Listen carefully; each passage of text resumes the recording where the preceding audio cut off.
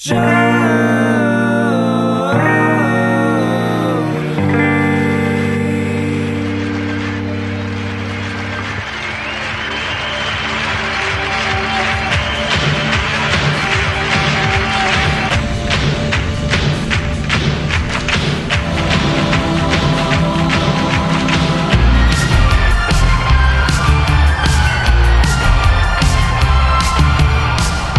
hello, everybody. Welcome to another installment of Show to Be with Mike G, the show of life, the show of entrepreneurialism, being the father of three, the Weston, Austin, 7 Grand Whiskey Society, and Ireland. That's right. I am pleasured to bring this great chat with Jack Teeling, the founder and managing director of Teeling Whiskey, to you. He was recently in town to host a Whiskey Society class at 7 Grand Austin, talking about the small batch, the single grain, the single malt, and some older, delicious Irish whiskeys. We sit down and talk about how this all unfolded, his father's legacy in the Irish whiskey industry. He's a creative guy, very lovely, insightful, entrepreneurial gentleman. And so without further ado, I hope you guys enjoyed this great chat with Jack Teeling of Teeling Whiskey.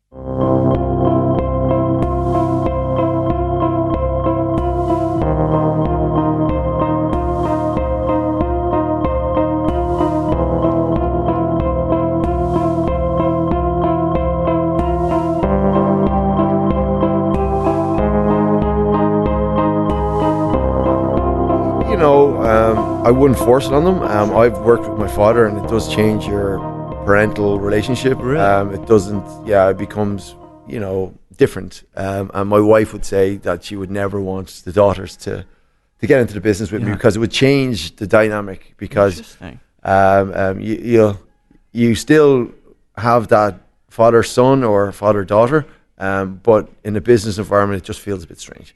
But no, that's a great point. I never worked with my father, although he's been, because I own a distillery too, and he invested some money, and so in some sense, we got like some responsibility. But I want to touch on that, right? Yeah.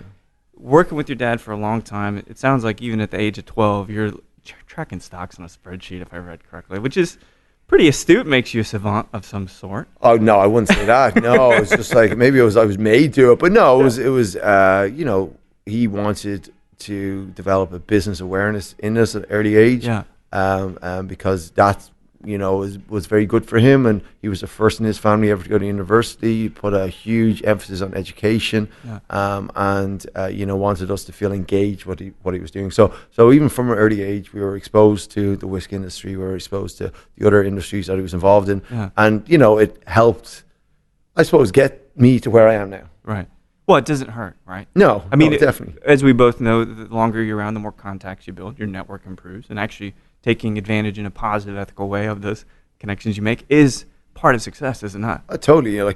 From my time in Cooley, and probably getting way too much responsibility at an early age, but I developed my network, and I suppose once I set up the Teeling Whiskey Company in 2012, they believed in me and I suppose our family, and that we're going to do it well and do it the right way. But also I could reach out to them and form relationships again very quickly with distributors all over the world. So even in the first year, we were exporting to 15 different countries, and now we're in 60 different countries. That's incredible. And again, it's from those relationships you cultivate over a long period of time. Yeah. So when you think about, neither of my parents went to university actually, and I was the first in a long time, and so I felt I carried this flag for the family in a sense. But your father being very successful, a self-made man in a sense, entrepreneur, did you ever feel like, fuck man, I'd rather just go kind of follow like a rock band around the world a little bit? Oh God, I should have, because I remember I was in my final year of high school or secondary school, as we call it in Ireland, and I was saying, I'm thinking about doing business. And it was a friend of my father who was there, and he's a very straight shooter. He goes, are you freaking mad? You're going to have a shadow that's going to follow you around the place all the time. And I was like, yeah, whatever. I didn't believe it. But Ireland's so small. My father was a lecturer in University College Dublin. Oh, so, he was? Yeah. Where you went, right? So I went, and, so he lectured a lot of people, and he was a very good lecturer, and he connected with a lot of people, and he inspired them to be entrepreneurs and other things themselves. So everywhere I went, they were like, I couldn't get away from him. Oh man! And look, even to this day, I still can't get away from as is, because he's been successful and he casts a long shadow. But it challenges you to be your own man. Right. You can either accept it or, say, well, okay, he's done well. Forge your own future and do something unique yourself. And I'm lucky enough. I was given the opportunity in 2012 to be able to do it. That's amazing. It's kind of strange, it's a stark contrast here in the States where our president actually just he rode the coattails of his father. Yeah, well, I said I'd never work with my father or for my father, but I was coming back from Australia. I haven't worked there for a year and in a very good frame of mind because I traveled for 3 or 4 months. Yeah. And, I was really, really in a good place. And he offered me to come in for work for a short while.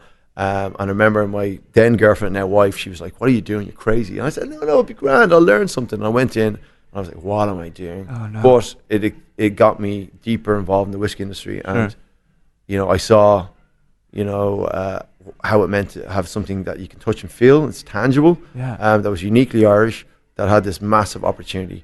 And I felt I could add a distinctive advantage. So I always I wouldn't work there unless I thought I could add value and bring a different perspective into it. And I made a decision 2001, 2002. I was going to give it a go. Right. But I still had to put up with my dad for nearly 10 years after that. But I learned a lot, and you learn a lot by osmosis. Yeah. And I really, it was an entrepreneurial culture in there that's made me very comfortable taking on risks, right. And gave me belief in my own decision-making process. The one thing he always said to me was, as a leader, as a manager, as whatever, people come to you from decisions and make decisions. That's right. Don't pontificate. Don't just use all the available information and make decisions. Right. And it's to this day, I will always make a decision. Doesn't mean if it's the right decision or the wrong decision. We're moving forward. You have to, right? And I had this conversation just early this morning.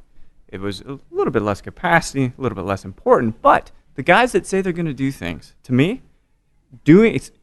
saying you're going to do it multiple times and never doing it is 100 times worse than doing it and failing. Yeah, right? I totally agree. You have to move forward no matter what. I totally agree. And the one thing I take pride in, what I suppose has been instilled in me, is do what you say. That's right. If you're going to do, if you say you're going to do it, just do it. And if you fail to get there, people will still respect you, and you'll learn a lot from the process. Sure. And that's very much American way. Ireland is not necessarily like that. They don't, let's say, they remember failure, but it's changing. The culture is changing, and it is becoming a much more entrepreneurial, much more Americanized type of business environment, which is encouraging tech and distilleries and so forth to do. And I think the problem in Ireland was banks always remembered. So if you defaulted on anything, that went with you the rest of your life. But again, that's evolving and changing because we've had the worst recession probably nearly any of the world after Japan in Ireland for from 2007 to probably around 2015, and we're coming out of it now, and everything has changed for the good, I hope. Yeah. Well, the people are different too, because I've had the pleasure of talking to a few mates from Ireland that had lived there and grew up there. Now, of course, representing wonderful Irish whiskey, and they seem optimistic in a different way that they never did before. Yeah, it's the younger people in Ireland compared to my parents' generation are so confident, and believe in their own ability, and believe they can go anywhere in the world and actually, succeed, which wasn't always the case. Right. Definitely weren't a confident nation for a long time, but I do think we're so open. Yeah, we get so many influence from around the world. We have so many great, companies who have come to Ireland and set up for the European, Middle Eastern, and African kind of operations. Yeah. Become much more cosmopolitan, and it's been reflected in the youth of today. And when we had that recession, the one thing that left was human capital. So they just said, "Look, there's nothing for me here. I'm going." And it was more their choice rather than they decided it. Right. They didn't have to do it. Previously, in the 60s and 70s, there was a lot of emigration in Ireland, but they had to do it. So what we're actually finding now, things are better. They're coming back, which is great. That is amazing. And they're, as I said, they're confident that they can go to London, they go to LA, they can go to Canada, they can go to Australia, and actually succeed there as well, which is great to see. And our industry, Irish whiskey, is such a, let's say, phenomenal, and it has been for the last 20 years. I think it's attracting this whole new generation of entrepreneurs, or even passionate people to the industry, who are actively going around the world promoting a uniquely Irish product that is so indigenous and will always survive globalization, because you have to use Irish air. Well, of course, Irish cereal, it's just like Irish the dairy, the butter, man. I mean, best scones ever. Seriously, I've been around the world, and they're amazing. And there's just these things that you can feel and you can taste the pride in representing on a global scale where you come from. Yeah. We're such a hodgepodge of personalities and influences and culture in the States. There's no singular expression of what it's like to be American. So that's great. But at the same time, imagine if we just had that thing that we were truly, truly proud of singularly. It'd make it a little bit easier to understand what America's about. Look, definitely. And one thing, just going back to, I suppose, Irish whiskey is, as a nation, we've had a love and hate relationship with Irish whiskey in the country. I remember when I first started, Irish distillers I went to a presentation and they said, we've done consumer research in Ireland on Irish whiskey, and had all these very negative connotations of marital abuse, alcoholism, all this kind of crazy stuff. Well, that's stereotypical stuff, right? That's in the book. That's Joyce 50 years ago. Yeah, right? And what we see now is that there's a younger, new generation discovering, enjoying, and taking pride in Irish whiskey. And, a little bit like how you go anywhere in Scotland, they'll be so proud of their local whiskey, and a little bit like why Irish people are so proud of Guinness. Sure. And they were for a stage Magners or Bulmers, but they're not so much anymore. But they're really getting behind Irish whiskey. And one pride that I get more than anything else is that Teeling Whiskey, our small batch, is the fastest growing whiskey in a domestic market. Sure. And we're actually relevant to a new generation of whiskey drinkers in our own backyard. Absolutely. And because we absolutely have to dive into what I feel is, in your way, shifting paths and getting beyond the shadow of your father with these amazing barrel treatments, and even the proof itself at 92 in most instances, right? But one thing I was thinking about earlier as well, you are a young guy, youngish, right? Yeah, well, I was young. Yeah, I mean, in the 40s now. Right? I've aged miserably over the last 6 years. But you still look young. I don't know if it's the whiskey, it's man. the whiskey, yeah. Well, that's why I say Irish whiskey makes you look young, so I'll take it. So. That's why I was drinking it downstairs. Yeah. I have to get rid of all the gray hair all over my face. Fucking travesty, right? But you've been lauded as an entrepreneur, one of the patron saints, not to go too far religiously, of Ireland, a man that's bringing Ireland to a global stage. You're here downstairs shaking hands, kissing babies, right? I mean, this is part of the role now. Oh, definitely, yeah. How do you feel about what is really now this inherent responsibility that you have to be the face of Teeling? Yeah, I suppose it doesn't sit that well with me, really. I don't know. It's a funny thing. It's an Irish thing. We're very, let's say, modest. So when people, like, as you say there, I'm like, God, is it really? I don't think so. You're just doing your thing, right? Yeah, just doing your thing. And in reality, what we're trying to do is there's so many fake brands and different things going on that we just want to prove that we're real, and there's real people behind it. So they see the bottle, they taste the whiskey, and they kind of go, this could be some marketeer sat in office somewhere.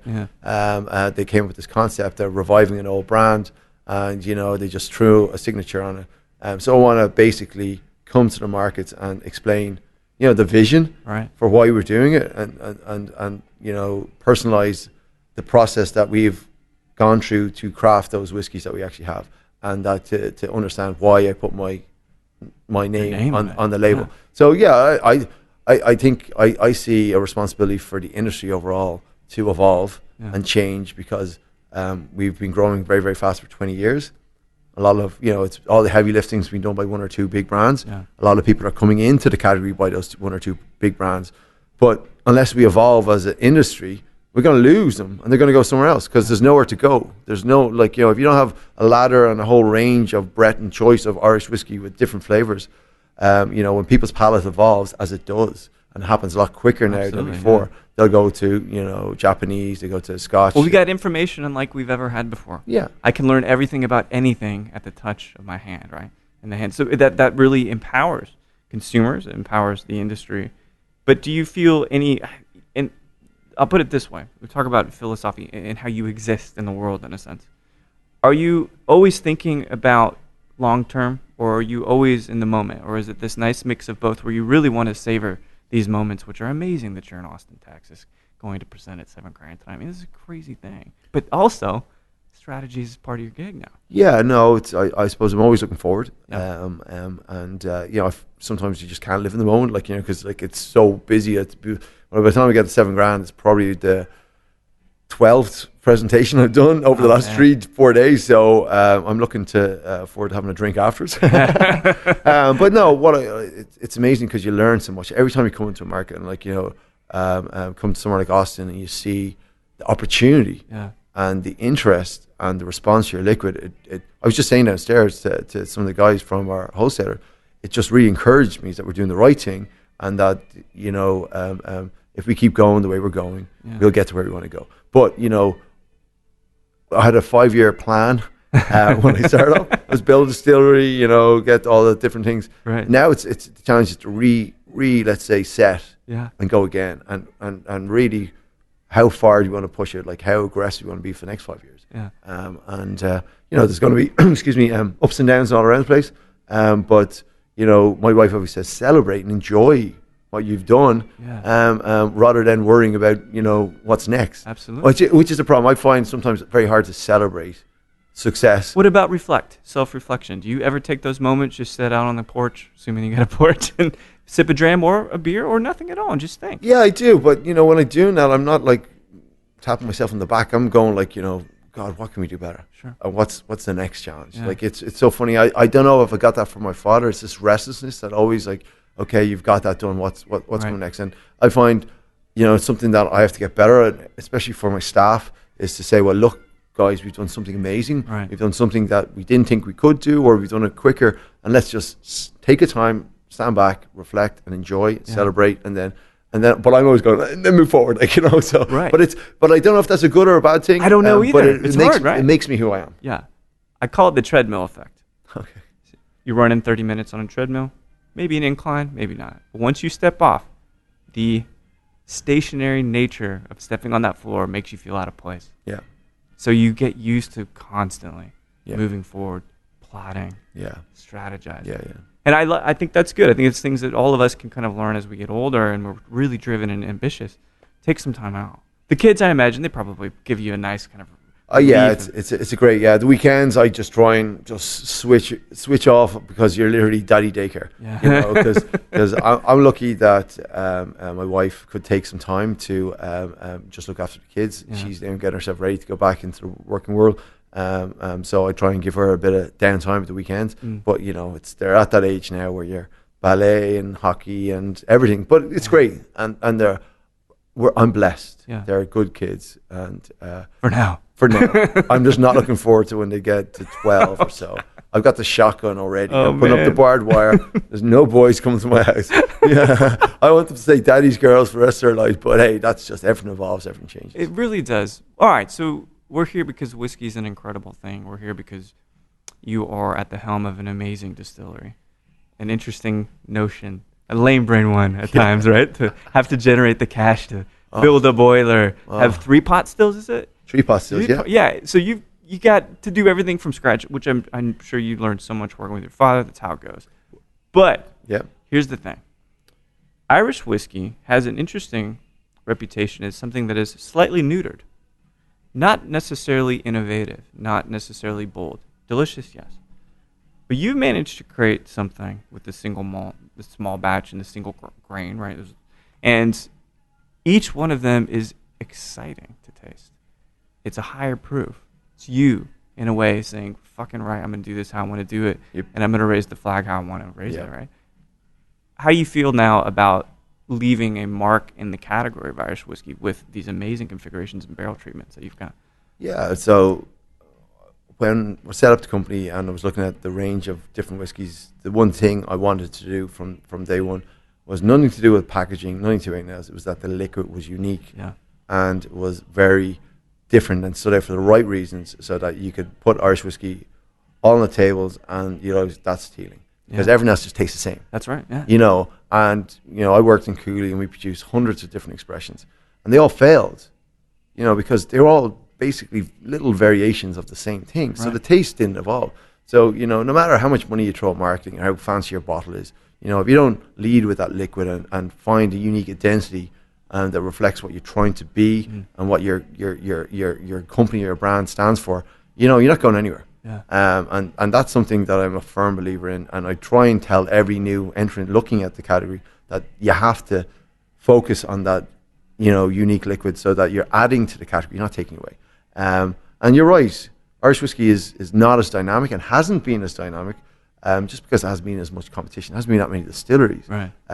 But it gave me a great opportunity to look at other categories and say, well, what do I like about that? What whiskies do I like? What do they do? And can I apply that to Irish whiskey? Yeah. And I did. And, there are whiskies that I like and I enjoy and I like drinking. That was the first thing.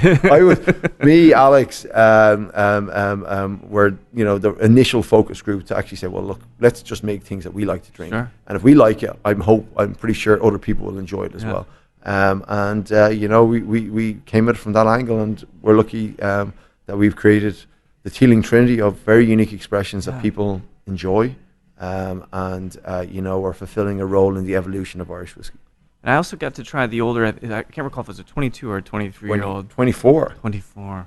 See, I'm just living in the past. Yeah. That's how it goes. Yeah. And it's like, I don't want to acknowledge I'm older at this moment than I was before we first sat down. But it was an astonishing reflection of that whiskey. So turn finish, right? So turn, yeah. And I couldn't believe it.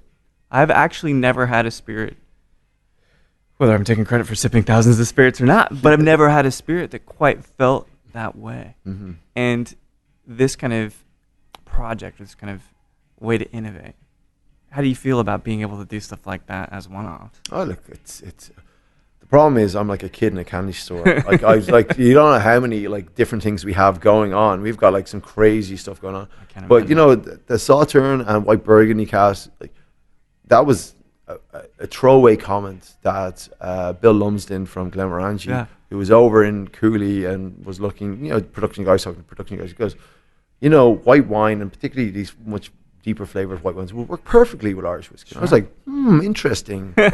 Seed planted. Yeah. And the first, let's say, set of casks that I bought when I set up the Teeling Whiskey Company was Sauterne White Burgundy because, I wanted to see was it true or not. Right. And truth be told, they worked out perfectly well. It's amazing. So. It's crazy how dry it is in the front of palate. Mm-hmm. To go a little technical. Mm-hmm. It's kind of like getting an elbow in the face because you think it's going to be really thick and unctuous. Yeah. But it's not until you swallow it. Mm-hmm. And then it just goes, wafts over you. The depth of flavor. And the worry with Sauterne is that it can be so over sickly sweet. But the underlying whiskey, and again, we're blessed. We have some of the oldest Irish whiskies in our warehouses. And that was the family cask that me and Stephen had when we were in Cooley that we could bring across them with the founding blocks of the company. Yeah. And we're slowly but surely, releasing them to hopefully have a halo effect to everything that we're doing. Yeah. So look, I got to say, we're just lucky, but we're treating with absolute respect. A little bit like our whole ethos of being respectful to the past, but confident enough to do things in a more modern way. That whiskey that was 21 at the time we put it into the Sauterne cask, it needed that because it was robust and it was one-dimensional. So that Sauterne depth of fruit flavors really just worked so well to bounce off that little hint of smoke that was there. Where did you... Most of the guys that have a background in commerce and a background in finance and degrees accordingly, they don't have a palate. I'm going to say it, man. They don't. They're business guys. To your point, we talked about earlier, people, well, here's this, Bragg has a great idea for a brand. Like, yeah, fuck off, right? Jog on. Like, who cares? But you do have a good palate. You're crafting stuff and working with guys. This stuff tastes good. Well, where does that come from? I don't think I would be in the industry if I didn't like whiskey. I don't think you can be passionate about whiskey unless you enjoy it. Yeah. You enjoy all aspects. Like I enjoy Irish whiskey, I enjoy Scotch whiskey. I just like whiskey. Yeah. I suppose it's evolved over time. I suppose I would have imbibed with whiskey from an early age because it was all over my house. I had good and bad experiences. Sure. I had to take a while to appreciate how to drink it. Yeah. And I think it's when you're so close and you understand the amount of effort that goes into it that you drink it in a respectful way. So you don't drink it like it's a beer or wine. And the people who can't enjoy whiskey drink it too fast. You know what I mean? You're absolutely There's different ways. You got to revere it. Yeah. Because it's people, it's a place, it's time. There's so much that goes into it, and that's like an old novel. Exactly. And if you appreciate that, then you drink it with a similar respect. Sure. And I've probably been doing it for quite some time. So it's just palate evolves. Yeah. But I do it because I like it. And I enjoy it. It's a great reason. Yeah, exactly. And people always, and I don't know if you know or not, but my father didn't drink. I didn't know that. No. Yeah, so me and my brother made up for himself. You felt like you had a duty to this world. Yeah, but he came out from a business perspective. Sure. So he saw a business opportunity and he ran it like a business. And I looked at it from more of a liquid and art. Yeah. So what the brand stands for, what the liquid stands for. So it's not just about just throwing something into a bottle and putting it up on the shelf. It's about, creating something that is uniquely identifiable with Teeling and all things Teeling. And because my name's on it, it's an added responsibility or pressure to ensure that every bottle is reflective of what we want to achieve. So, out of all the kind of interesting experiments, the holy trinity of the three, the base models, if you will, what is the strangest thing you've got in your head that you would like to concoct or have concocted? Oh well, we've got a couple of irons in the fire. Yeah. What's unique about Irish whiskey in the rules and regulations? It says you have to use wood barrels to age, not oak, wood. Mm-hmm. And we have some projects at the moment that have some blossoming trees, woods, so cherry wood, acacia, and I think the most weird one is Brazilian hardwood. Oh wow. Which has to be farmed in a sustainable way because it's literally rainforest, trees, but it just does something wacky. I mean wacky. I like it's only been in there for 6 months and it's just, we have to take it out because it's way too active. So we're going to release some very interesting wood, kind of virgin wood kind of expressions and all that kind of stuff like that. What else do we have? We've got, in terms of our new distillate, we're having a lot of fun with that as well. I bet, yeah. So we're going on to rye in April, and we're going to do some crystallized rye in the mash bill. Very interested to see how that tastes. We have done some heavily peated. We have some crystal malt, some old Dublin porter recipes, and all that kind of stuff. So we're trying to play with all the variables we can play with. Yeah. I just tasted some amazing muscatel, and there was I think it's called a purple muscat, which was brought to me, and it's so different and weird that I can't wait to fill those barrels with whiskey and see what happens. I mean, all this stuff is really, really exciting, And I've got a few more questions with you. The thing that kind of interests me about the way your mind works, where do you get some of this artistic inspiration from? Because it seems like you get the wheels turning, but not in a dollars and cents way. It's to me is if you create a good whiskey, you can sell it. It's simple as that. So we probably have too many projects going on now, so it's like hold back, and people ask me why are you doing that? I can't even remember why we picked those cats, where they are. So, but as I said, if you get good barrels that have good spirit or good wine in it beforehand, and you put a good whiskey or good spirit in, you're guaranteed to get something interesting that someone will enjoy out of it. Like I was saying to a gentleman downstairs, I was offered an aquavit cask. Yeah. Oh wow. Exactly. And I was like, I'm not going, that's not going to work. He goes, oh look, good. Yeah, and he said, I'll give you one for free. So, okay, definitely. There you go. So we put it in. And you know what? It really was interesting and unique. Caraway would be really interesting. Exactly. But it didn't overpower. And that was the thing. I thought it might be too flavoursome and dominate, but it really it was balanced. And we managed to sell it into Finland. Oh, wow. They have a monopoly. It's like, the PLCB. And they had a special single cask bottling of Teeling whiskey for the 100th anniversary of the Finnish independence. So you can always do something with it. So that's what I mean. I can see the wheels turning in the head. Your eyes light up because you're so excited. You're so inspired by this ability to craft things. I love making things. That's the thing. If I was involved in anything that couldn't create something new and interesting, I just couldn't do it. I'll be honest with you, if I've only stuck with one brand and that's all I could do. Yeah. I think I'd get so bored. Yeah. I'll be honest with you. I'm with you. I'm with you. It's like, I'll write a metal record, but I really want to write a reggae record. Yeah. Right? Why not? Exactly. Genre bend. Yeah, exactly. Well, so I got two questions left for Okay. you. The next one is, you've got your amazing class this evening at $7,000.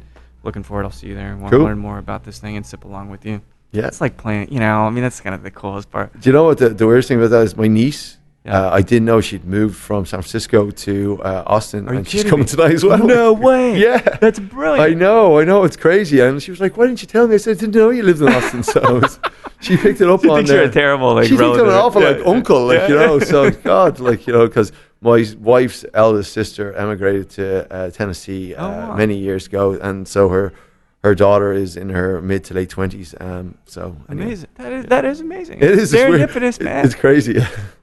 So let's say you're sipping the 24. Okay, Mm-hmm. You're anywhere in the world, doesn't matter where, and you can have a conversation and a dram with anybody, living or deceased.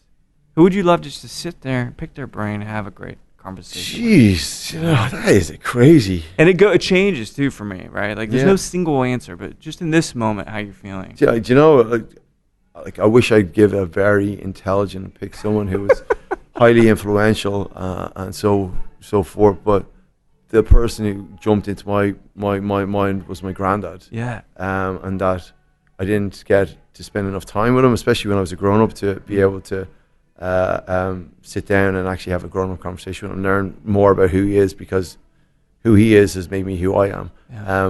And that's I don't know what it is. That's a lovely answer. It just stuck in my head. Me too. I never got to drink with my grandfather. He passed when I was quite young, but he was a Scotchman. Don't hold it against him, right? No, I won't hold it against him. I would never do it. We're Celtic neighbours, so united in some sense. Of some sense, yeah. Well, so the last question, because I can't. We talked about your daughters, if ever they inherit this amazing fortune of distilling equipment, right? And mostly pumps. It's probably like all pumps and barrels and lots tubes. Lots of pumps and valves and all that kind of stuff. Right. Yeah. But for you, what is, when you're older and you're retired, what are you doing then? How do you think your life will be then? Yeah, I think once you turn 40, which I have over a year and whatever it is, a half ago now, you do kind of start thinking in a different way. Like when you're 30, I can do whatever. I'm going to do this for the rest of my life, blah, blah, blah, and all that kind of stuff like that. You do get a little bit more reflective. I'm still like young, like, you know, still like a lot of working life ahead of me. I hope I've left a distinguishable mark on Irish whiskey and helped get the category to where I believe it needs to be, and can be used as, let's say, I won't say inspiration, but prove that if you do it the right way, there's room for everyone within the category and all the new entrants that are coming into it. What would I personally be doing? I'll definitely be doing. I can't not work. I can't stop making things. Right. Hopefully I will be doing that on Irish whiskey, and hopefully the Teeling Whiskey Company has evolved into a way that we have a range of unique products and continue to excite and celebrate everything that's good about Irish whiskey. So. And some Super Mario Kart. Yeah, of course. That's amazing. The bad thing about having girls is they don't seem to be that into computer games or anything like that. It would have been great to have a boy and I could be playing Mario Kart. Contra, man. Yeah, exactly. It could have been anything, but as you said, it's not so bad. Supposedly, girls look after their father, but good. Well, you're rest assured. Then or so they say. We'll wait and see. So. Well, Jack, it's been just excellent, man, talking to you and sitting down talking about life, and can't wait to see what you've got cooked up for this evening at 7 grand. And we're gonna sip some drams. We have to. Of course, that's what's best. It's a Friday evening. Yeah, of course. It's been a long week. Yeah, I know it has. Well, we'll catch up later, and I can't wait to see what you're up to next. Great, thanks a lot. Thank you. Appreciate it. Well, St. Patrick's Day just yesterday, also South by Southwest 2018 concluding. March is a really interesting month. Spring kind of marches in. You feel this kind of breath of newness, creativity, innovation, and honestly, the Teeling whiskey with those different kinds of barrel treatments using a higher proof blending, Jack's innovative, creative mind. It's disruptive, it's beautiful, and it's bringing Irish whiskey to a place at the forefront of spirits enthusiasm. For a long time, Irish whiskey, perhaps some might call dull. And Teeling whiskey does everything in the opposite. It is disruptive, it's reactive, and it's bringing some amazing combinations and concoctions to the spirits industry. So Jack, thanks so much for chatting with me. It was really great getting to know you, getting to understand your story, and talking about entrepreneurialism and your father and all this great stuff. So, Neve at Teeling Whiskey, thank you again for being such a mate for the show and helping me out to arrange such a great interview. And thanks everybody for listening to Show to V with Mike G. No matter how many new cupcakes baking shows there are on Netflix, or if you're thinking, man, I don't know when the next time I'm going to get out of the country is, please keep dancing.